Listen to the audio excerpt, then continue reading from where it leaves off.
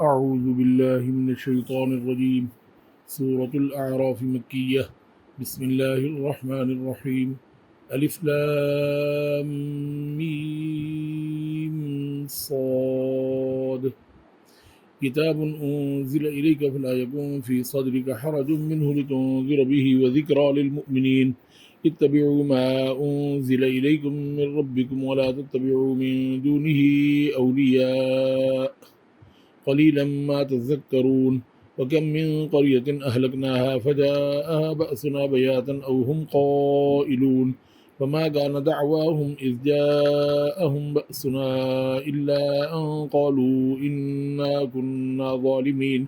ولنسألن الذين أرسل إليهم ولنسألن المرسلين. فلنقصن عليهم بعلم وما كنا غائبين. والوزن يومئذ الحق.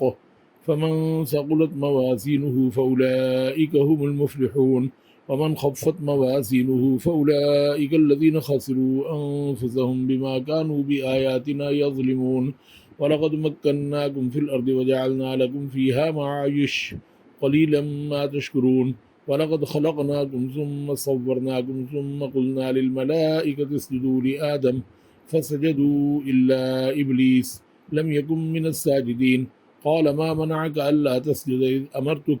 قال أنا خير منه خلقتني من نار وخلقته من طين. قال فاهبط منها فما يكون لك أن تتكبر فيها فاخرج إنك من الصاغرين. قال أنظرني إلى يوم يبعثون. قال إنك من المنظرين. قال فبما أغويتني لأقعدن لهم صراطك المستقيم ثم لآتينهم من بين أيديهم ومن خلفهم وعن أيمانهم وعن شمائلهم ولا تجد أكثرهم شاكرين. قال خروج منها مذءوما مدحورا لمن تبعك منهم لأملأن جهنم منكم أجمعين. ويا آدم اسكن أنت وزوجك الجنة فكلا من حيث شئتما ولا تقربا هذه الشجرة فتكونا من الظالمين.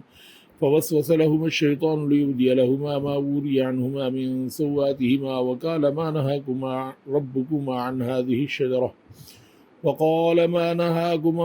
عن هذه الشجرة إلا أن تكونا ملكين أو تكونا من الخالدين. وقاسمهما إني لكما لمن الناصحين فدلاهما بغرور. فلما ذاقا الشجرة بدت لهما سوآتهما وطفقا يخصفان عليهما من ورق الجنة وناداهما ربهما ألم أنهكما عن تلكما الشجرة وأقل لكما إن الشيطان لكما عدو مبين. قالا ربنا ظلمنا أنفسنا وإن لم تغفر لنا وترحمنا لنكونن من الخاسرين. قال اهبطوا بعضكم لبعض عدو ولكم في الأرض مستقر ومتاع إلى حين. قال فيها تحيون وفيها تموتون ومنها تخرجون. يا بني آدم قد أنزلنا عليكم لباسا يواري سواتكم وريشا ولباس التقوى ذلك خير ذلك من آيات الله لعلهم يذكرون. يا بني آدم لا يفتننكم الشيطان كما أخرج أبويكم من الجنة ينزع عنهما لباسهما ليريهما سواتهما إنه يراكم هو وقبيله من حيث لا ترونهم إنا جعلنا الشياطين أولياء للذين لا يؤمنون وإذا فعلوا فاحشة قالوا وجدنا عليها آباءنا والله أمرنا بها قل إن الله لا يأمر بالفحشاء أتقولون على الله ما لا تعلمون. قل أمر ربي بالقسط وأقيموا وجوهكم عند كل مسجد وادعوه مخلصين له الدين كما بدأكم تعودون. فريقا هدى وفريقا حق عليهم الضلالة إنهم اتخذوا الشياطين أولياء من دون الله ويحسبون أنهم مهتدون. يا بني آدم خذوا زينتكم عند كل مسجد وكلوا واشربوا ولا تسرفوا إنه لا يحب المسرفين. قل من حرم زينة الله التي أخرج لعباده والطيبات من الرزق قل هي للذين آمنوا في الحياة الدنيا خالصة يوم القيامة كذلك نفسر الآيات لقوم يعلمون. قل إنما حرم ربي الفواحش ما ظهر منها وما بطن والإثم والبغي بغير الحق وأن تشركوا بالله ما لم ينزل به سلطانا وأن تقولوا على الله ما لا تعلمون ولكل أمة أجل فإذا جاء أجلهم لا يستأخرون ساعة ولا يستقدمون يا بني آدم إما يأتينكم رسل منكم يقصون عليكم آياتي فمن اتقى وأصلح فلا خوف عليهم ولا هم يحزنون والذين كذبوا بآياتنا واستكبروا عنها أولئك أصحاب النار هم فيها خالدون فمن أظلم ممن افترى على الله كذبا أو كذب بآياته أولئك ينالهم نصيبهم من الكتاب حتى إذا جاءتهم رسلنا يتوفونهم قالوا أين ما كنتم تدعون من دون الله قالوا ضلوا عنا وشهدوا على أنفسهم أنهم كانوا كافرين قال ادخلوا في قد خلت من قبلكم من الجن والإنس في النار كلما دخلت أمة لعنت أختها حتى إذا اداركوا فيها جميعا قالت أخراهم لأولاهم ربنا هؤلاء يضلونا فآتهم عذابا ضعفا من النار قال لكل ضعف ولكن لا تعلمون وقالت أولاهم لأخراهم فما كان لكم علينا من فضل فذوقوا العذاب بما كنتم تكسبون إن الذين كذبوا بآياتنا واستكبروا عنها لا تفتح لهم أبواب السماء ولا يدخلون الجنة حتى يلج الجمل في سم الخياط وكذلك نجزي المجرمين لهم من جهنم مهاد ومن فوقهم غواش وكذلك نجزي الظالمين والذين آمنوا وعملوا الصالحات لا نكلف نفسا إلا وسعها أولئك أصحاب الجنة هم فيها خالدون ونزعنا ما في صدورهم من غل تجري من تحتهم الأنهار وقالوا الحمد لله الذي هدانا لهذا وما كنا لنهتدي لولا أن هدانا الله لقد جاءت رسل ربنا بالحق ونودوا أن تلكم الجنة أورثتموها بما كنتم تعملون ونادى أصحاب الجنة أصحاب النار أن قد وجدنا ما وعدنا ربنا حقا فهل وجدتم ما وعد ربكم حقا قالوا نعم فأذن مؤذن بينهم اللعنة الله على الظالمين الذين يصدون عن سبيل الله ويبغونها عوجا وهم بالآخرة كافرون وبينهما حجاب وعلى الأعراف رجال يعرفون كلا بسيماهم ونادوا أصحاب الجنة أن سلام عليكم لم يدخلوها وهم يطمعون وإذا صرفت أبصارهم تلقاء أصحاب النار قالوا ربنا لا تجعلنا مع القوم الظالمين ونادى أصحاب الأعراف رجالا يعرفونهم بسيماهم قالوا ما أغنى عنكم جمعكم وما كنتم تستكبرون أهؤلاء الذين أقسمتم لا ينالهم الله برحمة ادخلوا الجنة لا خوف عليكم ولا أنتم تحزنون ونادى أصحاب النار أصحاب الجنة أن أفيضوا علينا من الماء ومما رزقكم الله قالوا إن الله حرمهما على الكافرين الذين اتخذوا دينهم لهوا ولعبا وغرتهم الحياة الدنيا الذين اتخذوا دينهم لهوا ولعبا وغرتهم الحياة الدنيا فاليوم ننساهم كما نسوا لقاء يومهم هذا وما كانوا بآياتنا يجحدون ولقد جئناهم بكتاب فصلناه على علم هدى ورحمة لقوم يؤمنون هل ينظرون إلا تأويله يوم يأتي تأويله يقول الذين نسوه من قبل قد جاءت رسل ربنا بالحق فهل لنا من شفعاء فيشفعوا لنا أو نرد فنعمل غير الذي كنا نعمل قد خسروا أنفسهم وضل عنهم ما كانوا يفترون إن ربكم الله الذي خلق السماوات والأرض في 6 أيام ثم استوى على العرش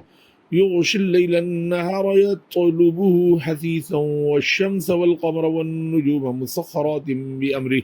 ألا له الخلق والأمر تبارك الله رب العالمين ادعوا ربكم تضرعا وخفية إنه لا يحب المعتدين ولا تفسدوا في الأرض بعد إصلاحها وادعوه خوفا وطمعا إن رحمة الله قريب من المحسنين وهو الذي يرسل الرياح بشرا بين يدي رحمته حتى إذا أقلت سحابا ثقالا سقناه لبلد ميت فأنزلنا به الماء فأخرجنا به من كل الثمرات كذلك نخرج الموتى لعلكم تذكرون والبلد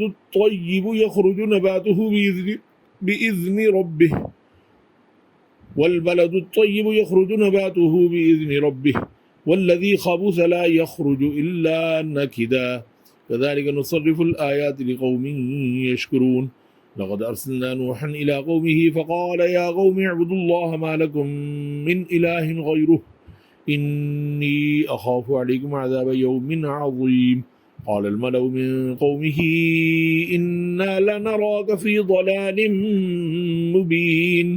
قال يا قوم ليس بي ضلالة ولكني رسول من رب العالمين أبلغكم رسالات ربي وأنصح لكم وأعلم من الله ما لا تعلمون أوعجبتم أن جاءكم ذكر من ربكم على رجل منكم لينذركم ولتتقوا ولعلكم ترحمون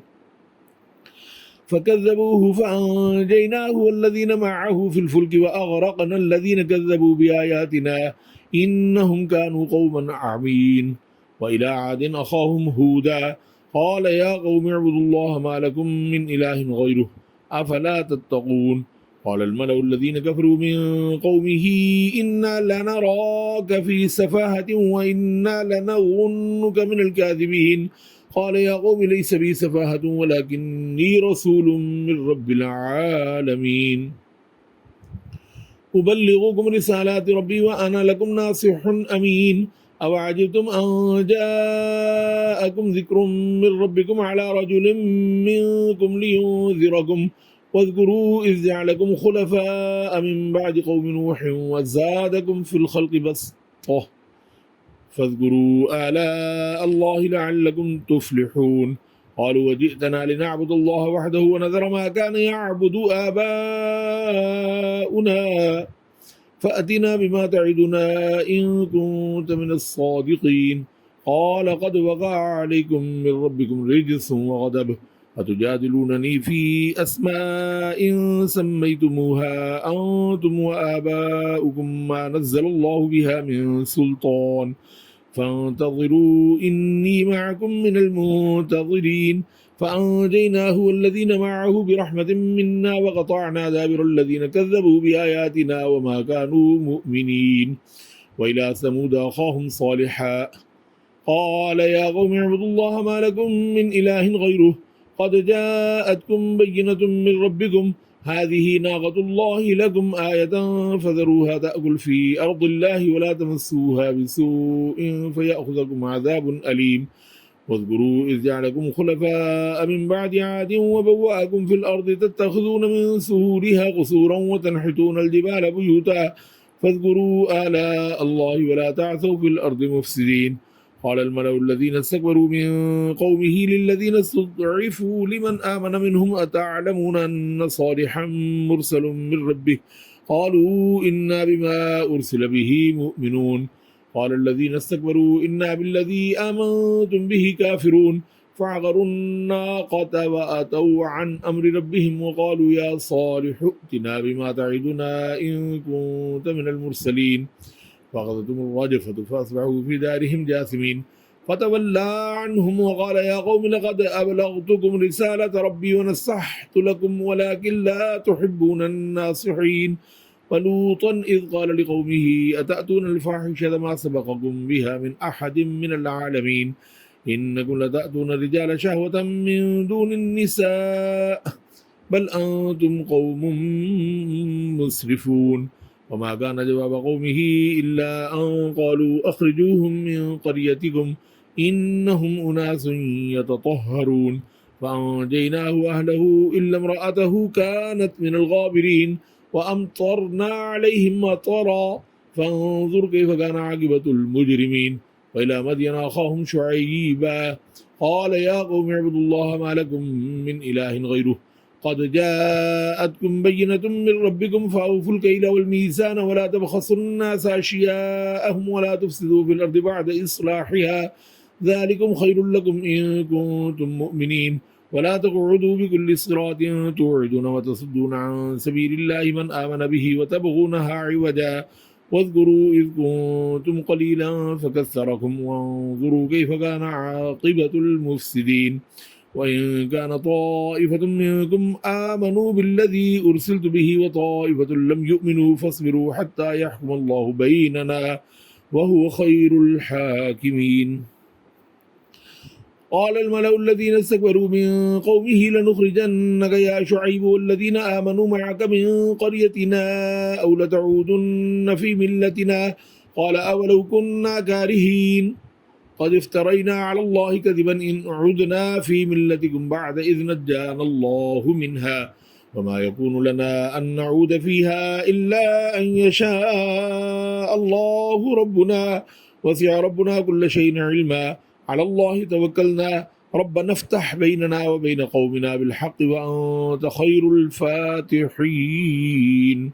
وقال الملأ الذين كفروا من قومه لئن اتبعتم شعيبا إنكم إذا لخاسرون فأخذتهم الرجفة فأصبحوا في دارهم جاثمين الذين كذبوا شعيبا كأن لم يغنوا فيها الذين كذبوا شعيبا كانوا هم الخاسرين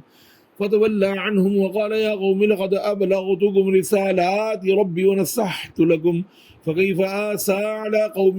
كافرين وما أرسلنا في قرية من نبي إلا أخذنا أهلها بالبأساء والضراء لعلهم يضرعون ثم بدلنا مكان السيئة الحسنة حتى عفوا وقالوا قد مس آباءنا الضراء والسراء فأخذناهم بغتة وهم لا يشعرون ولو أن أهل القرى آمنوا واتقوا لفتحنا عليهم بركات من السماء والأرض ولكن كذبوا فأخذناهم بما كانوا يكسبون أفأمن أهل القرى أن يأتيهم بأسنا بياتا وهم نائمون أوأمن أهل القرى أن يأتيهم بأسنا ضحى وهم يلعبون أفأمنوا مكر الله فلا يأمن مكر الله إلا القوم الخاسرون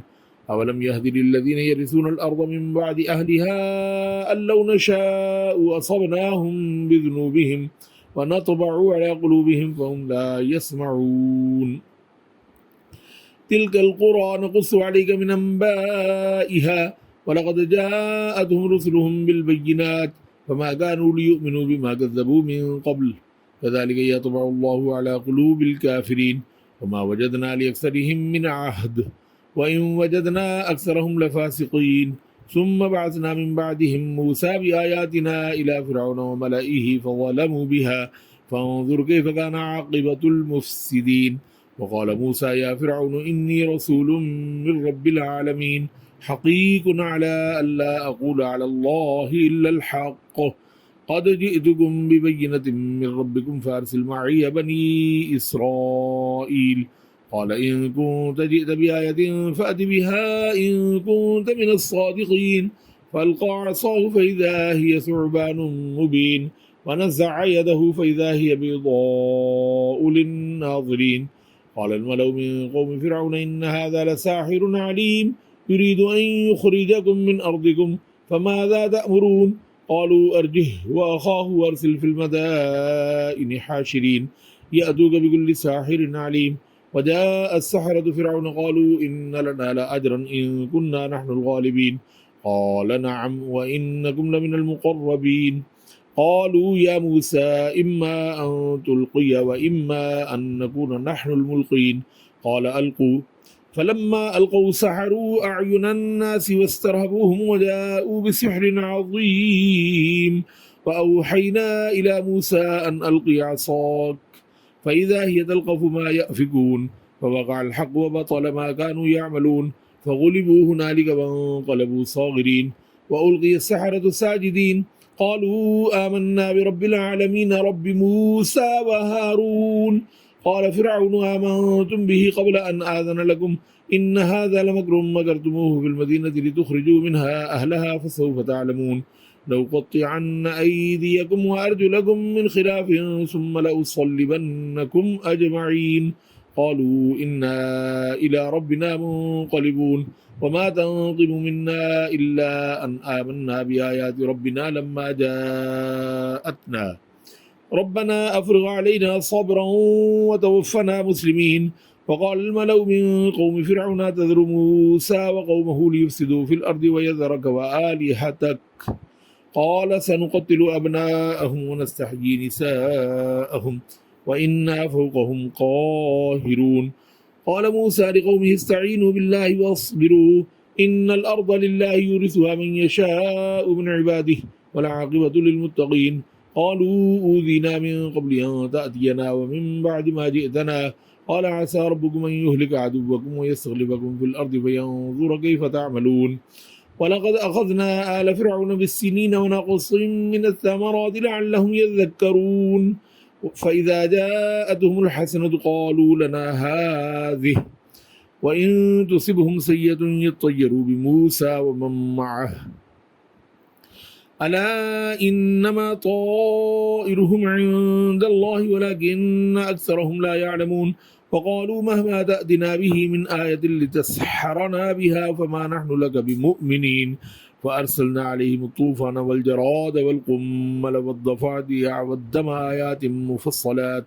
فاستكبروا وكانوا قوما مجرمين ولما وقع عليهم الرجز قالوا يا موسى ادع لنا ربك بما عهد عندك لئن كشفت عنا الرجز لنؤمنن لك ولنرسلن معك بني إسرائيل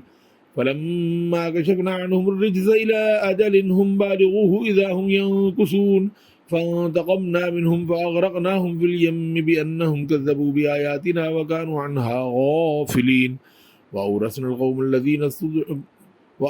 القوم الذين كانوا يستضعفون مشارق الأرض ومغاربها التي باركنا فيها وتمت كلمة ربك الحسنى على بني إسرائيل بما صبروا ودمرنا ما كان يصنع فرعون وقومه وما كانوا يعرشون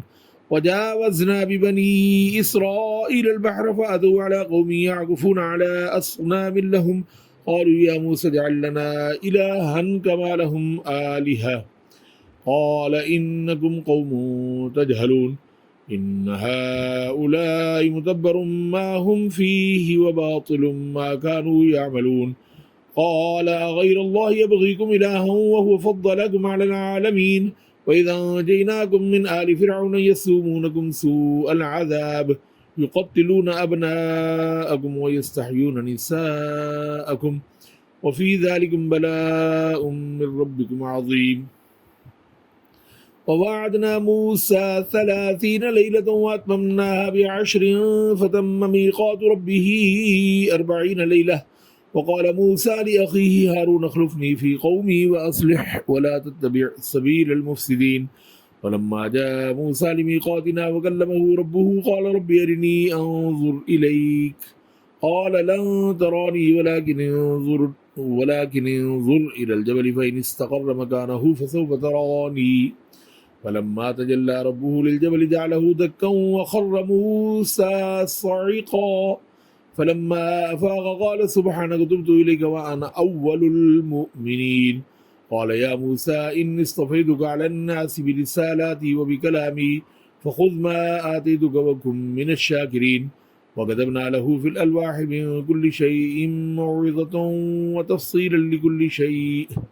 فخذها بقوة وأمر قومك يأخذوا بأحسنها سأريكم دار الفاسقين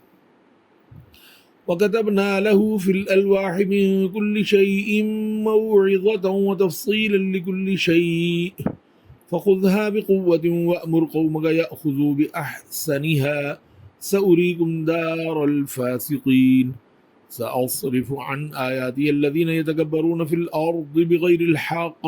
وإن يروا كل آية لا يؤمنوا بها وإن يروا سبيل الرشد لا يتخذوه سبيلا وإن يروا سبيل الغي يتخذوه سبيلا ذلك بأنهم كذبوا بآياتنا وكانوا عنها غافلين والذين كذبوا بآياتنا ولقاء الآخرة حبطت أعمالهم هل يجزون إلا ما كانوا يعملون واتخذ قوم موسى من بعده من حليهم عجلا جسدا له خوار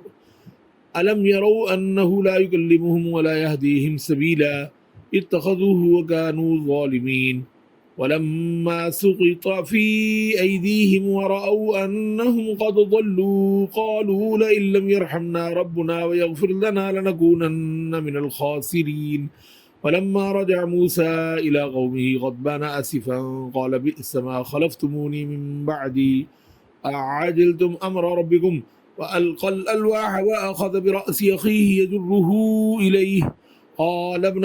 إن القوم استضعفوني وكادوا يقتلونني فلا تشمت بي الأعداء ولا تجعلني مع القوم الظالمين قال رب اغفر لي ولأخي وأدخلنا في رحمتك وأنت أرحم الراحمين إن الذين اتخذوا العجل سينالهم غضب من ربهم وذلة في الحياة الدنيا وكذلك نجزي المفترين والذين عملوا السيئات ثم تابوا من بعدها وآمنوا إن ربك من بعدها لغفور رحيم ولما سكت عن موسى الغضب أخذ الألواح وفي نسختها هدى ورحمة للذين هم لربهم يرهبون واختار موسى قومه 70 رجلا لميقاتنا فلما أخذتهم الرجفة قال رب لو شئت أهلكناهم من قبل وإياج أتهلكنا بما فعل السفهاء منا إن هي إلا فتنتك تضل بها من تشاء وتهدي من تشاء أنت ولينا فاغفر لنا وارحمنا وأنت خير الغافرين واكتب لنا في هذه الدنيا حسنة وفي الآخرة إنا هدنا إليك قال عذابي أصيب به من أشاء ورحمتي وسعت كل شيء فسأكتبها للذين يتقون ويؤتون الزكاة والذين هم بآياتنا يؤمنون الذين يتبعون الرسول النبي الأمي الذي يجدونه مكتوبا عندهم في التوراة والإنجيل يأمرهم بالمعروف وينهاهم عن المنكر ويحل لهم الطيبات ويحرم عليهم الخبائث ويضع عنهم إصرهم والأغلال التي كانت عليهم فالذين آمنوا به وعزروه ونصروه واتبعوا النور الذي أنزل معه أولئك هم المفلحون قل يا أيها الناس إني رسول الله إليكم جميعا الذي له ملك السماوات والأرض لا إله إلا هو يحيي ويميت فآمنوا بالله ورسوله النبي الأمي الذي يؤمن بالله وكلماته واتبعوه لعلكم تهتدون ومن قوم موسى أمة يهدون بالحق وبه يعدلون وقطعناهم 12 أسباطا أمما وأوحينا إلى موسى إذ استسقاه قومه أن اضرب بعصاك الحجر فانبجست منه 12 عينا قد علم كل أناس مشربهم وظللنا عليهم الغمام وأنزلنا عليهم المن والسلوى كلوا من طيبات ما رزقناكم وما ظلمونا ولكن كانوا أنفسهم يظلمون وإذ قيل لهم اسكنوا هذه القرية وكلوا منها حيث شئتم وقولوا حطة وادخلوا الباب سجدا نغفر لكم خطيئاتكم سنزيد المحسنين فبدل الذين ظلموا منهم قولا غير الذي قيل لهم فأرسلنا عليهم رجزا من السماء بما كانوا يظلمون واسألهم عن القرية التي كانت حاضرة البحر إذ يعدون في السبت إذ تأتيهم حيتانهم يوم سبتهم شرعا ويوم لا يسبتون لا تأتيهم كذلك نبلوهم بما كانوا يفسقون وإذ قالت أمة منهم لم تعظون قوما الله مهلكهم أو معذبهم عذابا شديدا قالوا معذرة إلى ربكم ولعلهم يتقون فلما نسوا ما ذكروا به أنجينا الذين ينهون عن السوء وأخذنا الذين ظلموا بعذاب بئيس بما كانوا يفسقون فلما عتوا عما نهوا عنه قلنا لهم كونوا قردة خاسئين وإذ تأذن ربك ليبعثن عليهم إلى يوم القيامة من يسومهم سوء العذاب إن ربك لسريع العقاب وإنه لغفور رحيم وقطعناهم في الأرض أمما منهم الصالحون ومنهم دون ذلك وبلوناهم بالحسنات والسيئات لعلهم يرجعون فخلف من بعدهم خلف ورثوا الكتاب يأخذون عرض هذا الأدنى ويقولون سيغفر لنا وإن يأتهم عرض مثله يأخذوه ألم يؤخذ عليهم ميثاق الكتاب ألا يقولوا على الله إلا الحق ودرسوا ما فيه والدار الآخرة خير للذين يتقون أفلا تعقلون والذين يمسكون بالكتاب وأقاموا الصلاة إنا لا نضيع أجر المصلحين وإذ نتقنا الجبل فوقهم كأنه ظلة وظنوا أنه واقع بهم خذوا ما آتيناكم بقوة واذكروا ما فيه لعلكم تتقون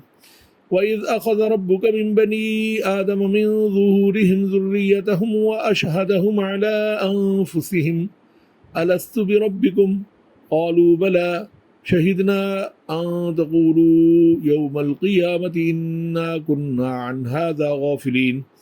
أو تقولوا إنما أشرك آباؤنا من قبل وكنا ذرية من بعدهم أفتهلكنا بما فعل المبطلون وكذلك نفصل الآيات ولعلهم يرجعون واتل عليهم نبأ الذي آتيناه آياتنا فانسلخ منها فأتبعه الشيطان فكان من الغابين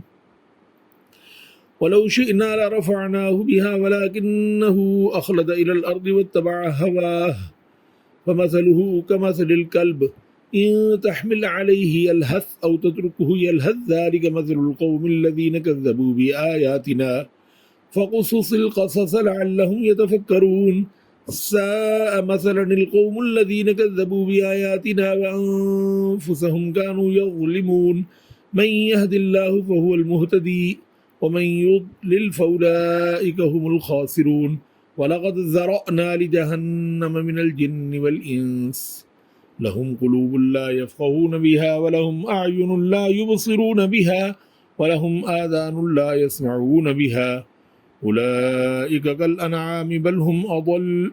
أولئك هم الغافلون ولله الأسماء الحسنى فادعوه بها وذروا الذين يلحدون في أسمائه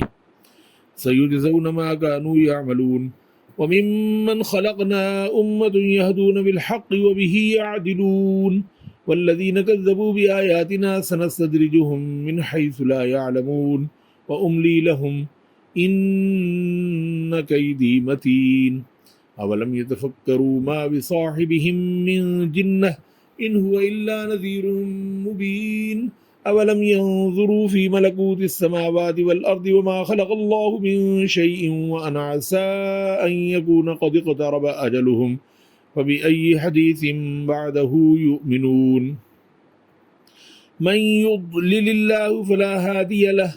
ويذرهم في طغيانهم يعمهون يسألونك عن الساعة أيان مرساها قل إنما علمها عند ربي لا يجليها لوقتها إلا هو ثقلت في السماوات والأرض لا تأتيكم إلا بغتة يسألونك كأنك حفي عنها قل إنما علمها عند الله ولكن أكثر الناس لا يعلمون قل لا أملك لنفسي نفعا ولا ضرا إلا ما شاء الله ولو كنت أعلم الغيب لاستكثرت من الخير وما مسني السوء إن أنا إلا نذير وبشير لقوم يؤمنون هو الذي خلقكم من نفس واحدة وجعل منها زوجها ليسكن إليها فلما تغشاها حملت حملا خفيفا فمرت به فلما أثقلت دعوا الله ربهما لئن آتيتنا صالحا لنكونن من الشاكرين فلما آتاهما صالحا جعلا له شركاء فيما آتاهما فتعالى الله عما يشركون أيشركون ما لا يخلق شيئا وهم يخلقون ولا يستطيعون نصرا ولا أنفسهم ينصرون وإن تدعوهم إلى الهدى لا يتبعوكم سواء عليكم أدعوتموهم أم أنتم صامتون إن الذين تدعون من دون الله عباد أمثالكم فادعوهم فليستجيبوا لكم إن كنتم صادقين ألهم أرجل يمشون بها أم لهم أيدي يبطشون بها أم لهم أعين يبصرون بها أم لهم آذان يسمعون بها قل ادعوا شركاءكم ثم كيدون فلا تنظرون إن وليي الله الذي نزل الكتاب وهو يتولى الصالحين والذين تدعون من دونه لا يستطيعون نصركم ولا أنفسهم ينصرون وإن تدعوهم إلى الهدى لا يسمعوا وتراهم ينظرون إليك وهم لا يبصرون خذ العفو وأمر بالعرف وأعرض عن الجاهلين وإما ينزغنك من الشيطان نزغ فاستعذ بالله إنه سميع عليم إن الذين اتقوا إذا مسهم طائف من الشيطان تذكروا فإذا هم مبصرون وإخوانهم يمدونهم في الغي ثم لا يقصرون وإذا لم تأتهم بآية قالوا لولا اجتبيتها قل إنما أتبع ما يوحى إلي من ربي هذا بصائر من ربكم وهدى ورحمة لقوم يؤمنون وإذا قرئ القرآن فاستمعوا له وأنصتوا لعلكم ترحمون واذكر ربك في نفسك تضرعا وخيفة ودون الجهر من القول بالغدو والآصال ولا تكن من الغافلين إن الذين عند ربك لا يستكبرون عن عبادته ويسبحونه وله يسجدون السجدة